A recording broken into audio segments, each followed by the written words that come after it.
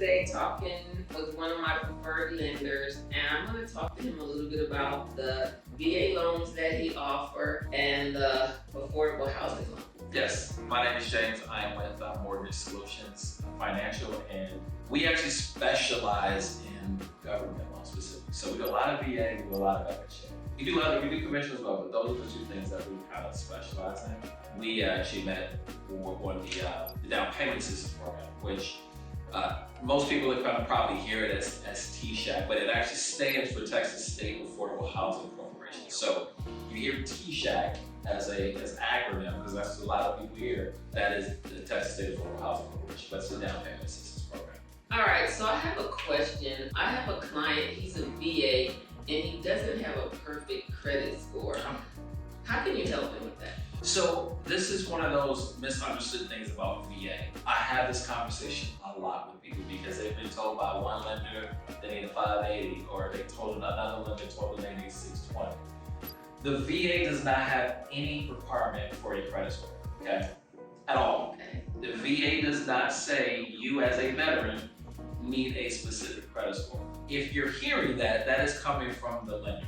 So whatever lender you're talking to or you talked to in the past, that is their requirement. So it's called an overlay. That's what it is. So that just basically means the lender has their own requirements on top of what the VA is saying. So the VA does not say anything about credit. The lenders usually do, but the company I work for, we don't have any overlays. That's good to know, because I thought that they had to have a perfect credit score. And so I'm just now learning that if you're a VA, you don't have to have a perfect credit score to qualify for financing to purchase a home.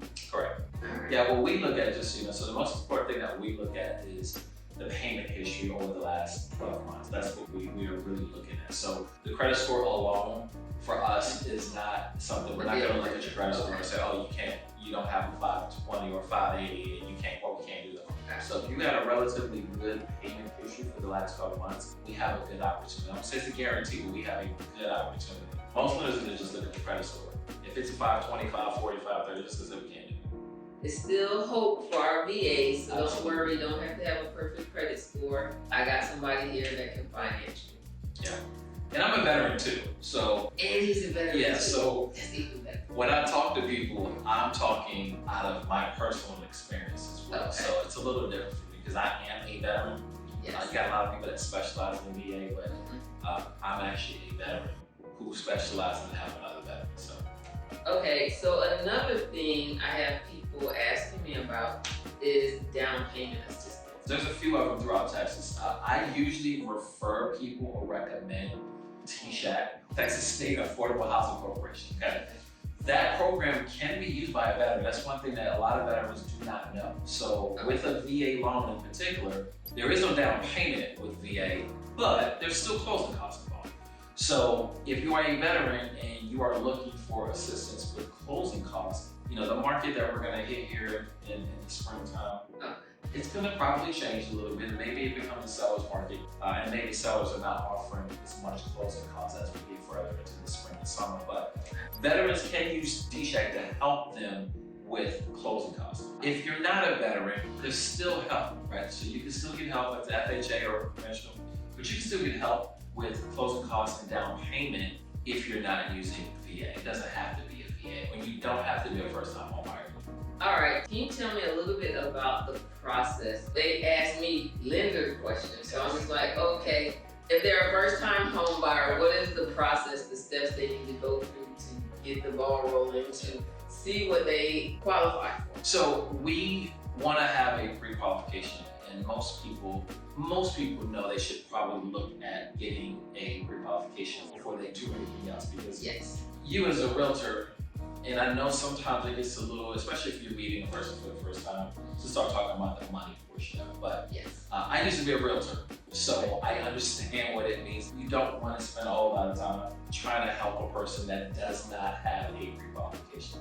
You don't want to waste your time, and you don't want to waste their time. Yeah, because people, they be like, oh, they want to see how it's like. No, Yes. wait. And I Let's get it. see what you qualify for first, because that would be wasting your time and my time if you don't know. The pre-qualification process is very simple. just some basic information that we need to get from the bar. Whether it's going to be somebody by themselves, or if they're going to have a spouse, or even somebody that's just not a spouse. So they can have whoever they want to have on the pre-qualification. Okay. Doesn't take very long. To do the pre-qualification as the bar may take you 15 minutes. Not a lot of information. Okay. But that will at least give me some basic information to give someone an actual pre-qualification. A pre-qualification versus a pre-approval is not necessarily the same thing. Ooh. Yeah. All right. So, but the pre-qualification is the first step. Okay. Yeah. So the pre-qualification, then the pre-approval. Yeah, and just to keep it short and sweet, Yes. the difference is going to be documentation. So on a Okay. pre-qualification, we're going to look at what you said you make, right? We're not asking for any documentation on pre-qualification. Oh. So oftentimes people will say, Yeah. I make $85,000 a year. Okay. Then I get the documentation. And the documents And say a it's- whole other thing. Like it's a whole other story. Like, no, you don't. Documents. Or, especially for self-employed people, right? That's a big one. So on a Okay. self-employed person, I have to actually get tax returns because, Yeah.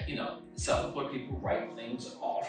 Oftentimes, I get it. Yeah. But for most people, we just have to verify that you make $85,000, we have to get a pay stub or a tax return, something just verifying that you actually made that money.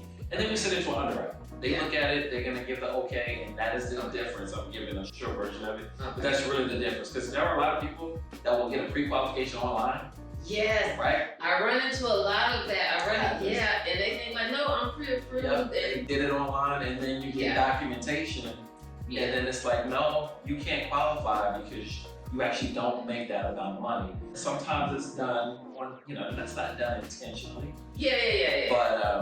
But self-employed people for sure. Okay. Even if you're a W-2 employee, sometimes there are situations where you're a W-2 employee, maybe you had a side business, Yes. and you write everything off on a side business. That might be a problem. Just saying. It's We're gonna learn today. Yes. Thank you. Yeah, so Okay. yeah, that's important. But yeah, you do not want to spend time Okay. you have a lender look at it and see.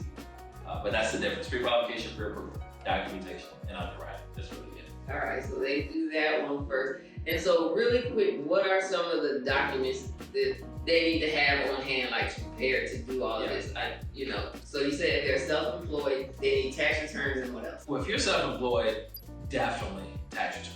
That is the number one thing and the most important thing. The next thing is going to be like a profit and loss statement for self-employed people specifically. How many years of tax? 2 years tax returns, ideally. Okay. Sometimes in situations when a self-employed person we have to do 3, but normally it's just 2 years. So 2 years tax returns, whether you're self-employed or not, we typically are going to want that. There are times when a W-2 employee person, but sometimes I actually don't need tax returns. Okay. But every situation is going to be a little bit different. But tax returns, pay stub, bank statements for the last 30 days or so. So it pay stubs the last 2 years as well? No. Pay stubs okay. just 2 months. So self-employed, 2 years of tax returns. Self-employed, 2 years tax Yeah. returns. Because they're typically not going to have Yeah. pay stubs. Yes. And Okay. if So you 2 do years. it really 2 years tax return. Yeah. For my self-employed people. Yes. Okay. No question. All right. But if you're W-2, we still may need the tax return, but we're gonna just need 30 days worth of bank statements and then 2 months of pay stubs.